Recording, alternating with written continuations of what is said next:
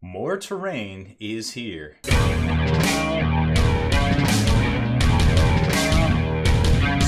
Spiky Bits.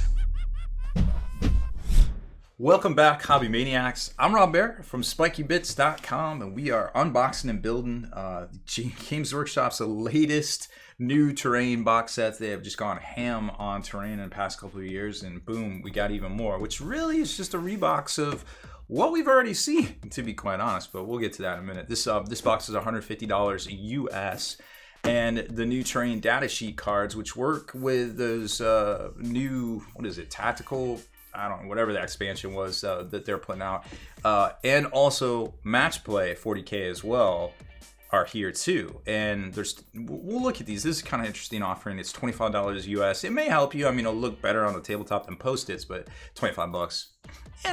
Who knows? Anyways, remember, you can always get your hobbies for less from dicehead.com or, of course, Amazon, depending on selected areas and or countries, ... Now, once we get this terrain box open, you're going to notice something pretty familiar, I guess, sort of thing. We showed you the Command Edition starter set a few weeks back when that came out for 9th edition Warhammer 40k. And you may recognize the little cement mixer thing and, you know, some of the other components in here, and they are exactly the same from that particular kit. As a matter of fact, I should probably stop right here and show you what I'm talking about and go over some of the breakdowns and values for this box so we can kind of gauge how good of a value it just might be. So we put out a post on the values for this box set recently where we kind of break it down, but we had to kind of start at the beginning because the stuff in this box, except for one thing, basically comes in the Command Edition starter set and also this Battlefield expansion that came out the same week. So this Battlefield expansion is $90, and you can see here you get basically the similar terrain, the Autochlorotransmitter and subcloister and storage fan unit, and then the set of the pipes. And then down here you've got the Vertigus, which we're looking at, right?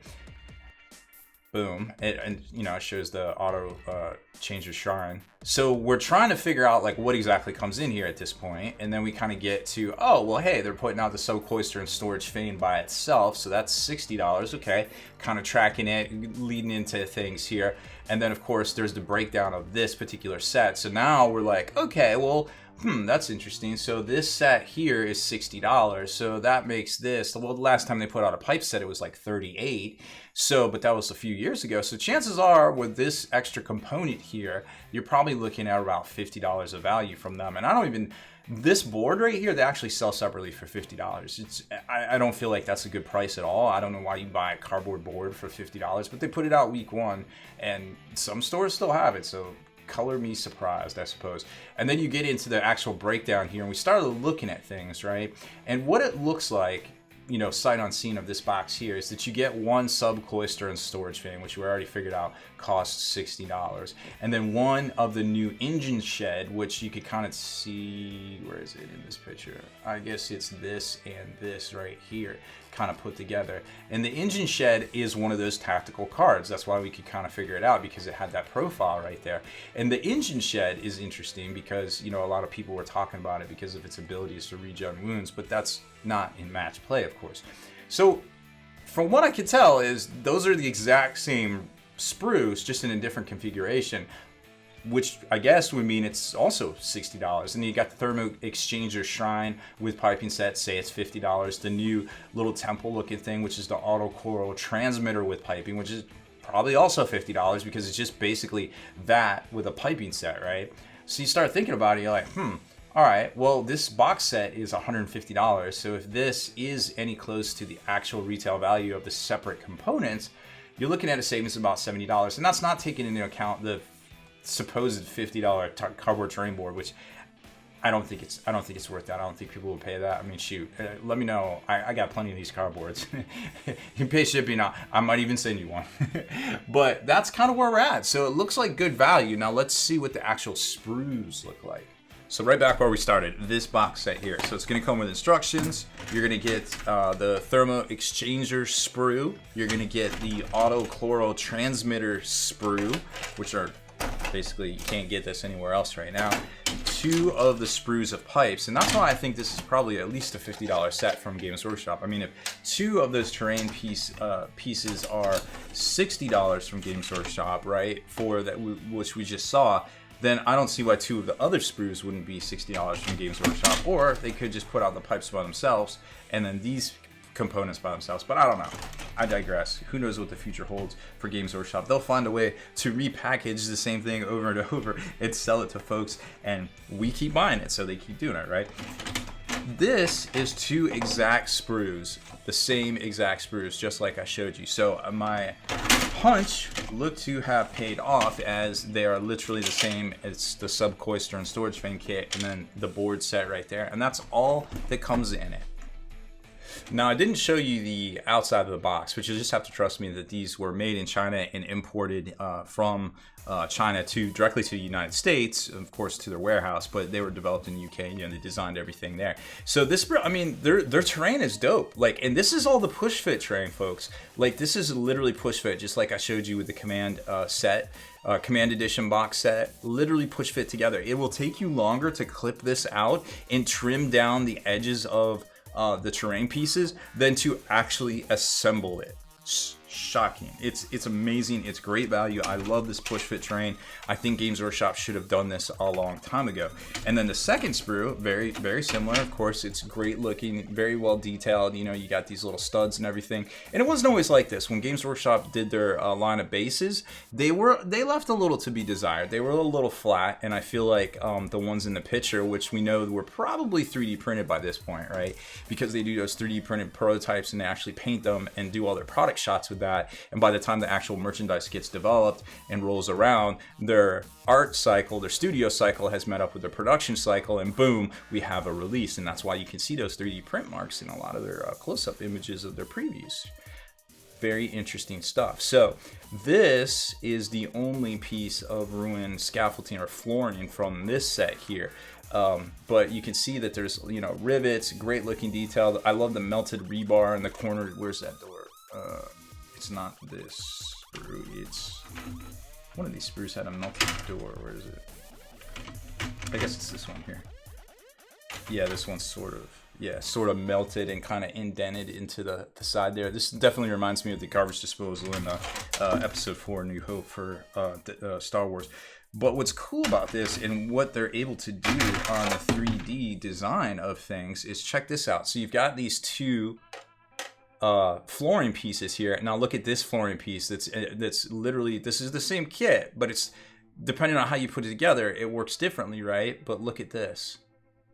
It literally lines up perfectly. So they figured out a way with the same sprues to interchange the corners, but also use the flooring differently too. How neat is that? So it's a lot of foresight on the design team from Games Workshop. Definitely they got it locked down. Like, they got this dialed in and figured out. I love the modularity of all their stuff. Now, this is the Autochlorotransmitter, and again, you know, it's that big chunky terrain, but it's got very good detail on it. You know, nothing to complain about.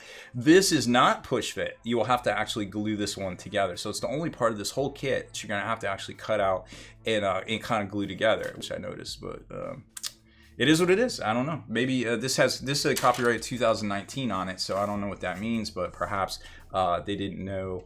Maybe they didn't know they were going this direction with the push fit stuff. And then here's the piping, the new piping, and this is all push fit as well, which is really cool. And we'll put this together, and I use that term loosely here in a second. But I wanted to show you in the instruction manual, so they got it laid out, right? So there's our piping, 2 sprues of piping, 2 sprues of A. What is it? No, that's B. 2 sprues of A right there. So literally 1, 2, 3, 4, 5 different sprues, but a box of 8. Very smart on Games Workshop's part. And then there's the Autochlorotransmitter. Looks like it goes together top and bottom. Oh, there's the little studs right there. It goes in the top, locks in the front, and then this locks in the back, and it has the little exchange port right there if you want to plug it in. And then the Thermo Exchanger, we already showed you this. You know, it's very simplistic and goes together very, very nicely. And then we get to, this is the storage fan. So we already showed you this. This was in the Command Edition box. So you can see push fit that together, put that in there, which is of course optional, and then you put the main flooring in there, and then the little scatter ruin, and that makes the storage frame. And then over to the sub cloister, same thing, scatter piece of terrain there, large piece right here with the circle in it and the viewport, and then you put the two pieces together and they kind of lock in, but there's also a gap in there depending on how you want to do it. And that's what that makes. But then they've introduced the engine shed, which it is labeled in here as engine shed. That's cool. I did not know they were going to do that. So you've got the two pieces here, which are the two hatchway. Well, one hatchway, and it's the size of a hatchway, but it's got a viewport. And then you put together the two pieces with one has a hatch and one has a viewport as well, but they're the larger pieces with the punch out tops right there. And once you put that together, you use the larger piece just like I showed you, and then the smaller piece here, and boom, they lock together too. So it's amazing what you can do with that computer design. And then there's the profile of the engine shed, which they show you on these cards right here. Now these cards are interesting too, because, well, let's talk about the contents. So, whoop, that's not it. Where's my content sheet? Oh my goodness, I lost it. Oh, here it is. Okay, here's the content sheet. So you get 9 tactical terrain cards, 9 terrain data sheet cards. So this is if you want to play that new expansion and where you bring your own terrain. 1 Manufactorum rules card, agendas card, a theater of war card. But really what it is very similar to what we've seen in the past, where they take the same card and then they just duplicate it twice. So there's your storage vein, but also, where is it? Here is your storage vein somewhere. I swear it's here. Maybe not. Maybe I'm a big liar. Oh, maybe it isn't in the... Oh, it was down there. It's down at the bottom. Ha! Got him.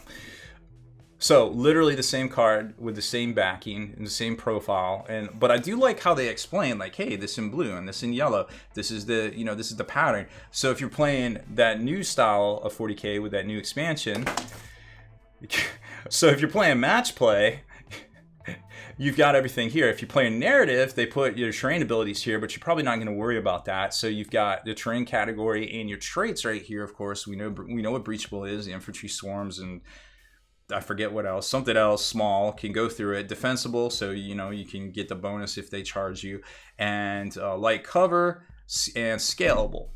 So what that says to me is, hey, this would look great on the tabletop. I can be like, oh, okay, we're playing a game. Cool, that's a storage vein.